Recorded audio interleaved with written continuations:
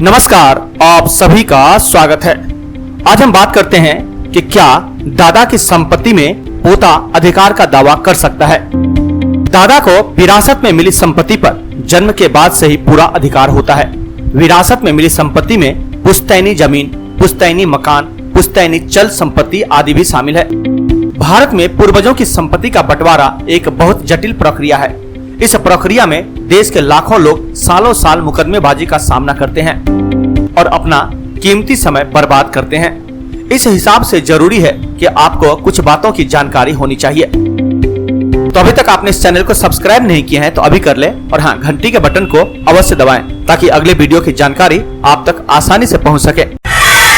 अगर बात दादा की संपत्ति पर पोते के हक की करें तो पोते या पोती का दादा को विरासत में मिली संपत्ति पर जन्म के बाद से ही पूरा अधिकार होता है।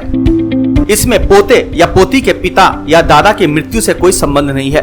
कोई पोता या पोती अपने जन्म के साथ ही अपने दादा की संपत्ति में हिस्सेदार हो जाता है। दादा की पैतृक संपत्ति ऐसी संपत्ति जो किसी पिता द्वारा अपने पिता, दादा या परदादा आदि से विरासत में मिली है, पैतृक संपत्ति कही जाती है। पैतृक या पुश्तैनी संपत्ति में हिस्सेदारी का अधिकार जन्म से ही हो जाता है, जो विरासत के अन्य तरीके से अलग होती है। संपत्ति के अधिकार के अन्य तरीके में वारिस का अधिकार प्रॉपर्टी मालिक की मृत्यु होने के बाद खुलता है। पैतृक संपत्ति में अधिकार पैतृक या पुश्तैनी संपत्ति में अधिकार प्रति भूभाग के आधार पर निर्धारित किया जाता है, प्रति व्यक्ति नहीं। इसलिए हर पीढ़ी का हिस्सा पहले निर्धारित किया जाता है और बाद में अगली पीढ़ी के लिए उस हिस्से का उप विभाजन किया जाता है जो उनके पूर्ववर्तियों द्वारा विरासत में मिली है।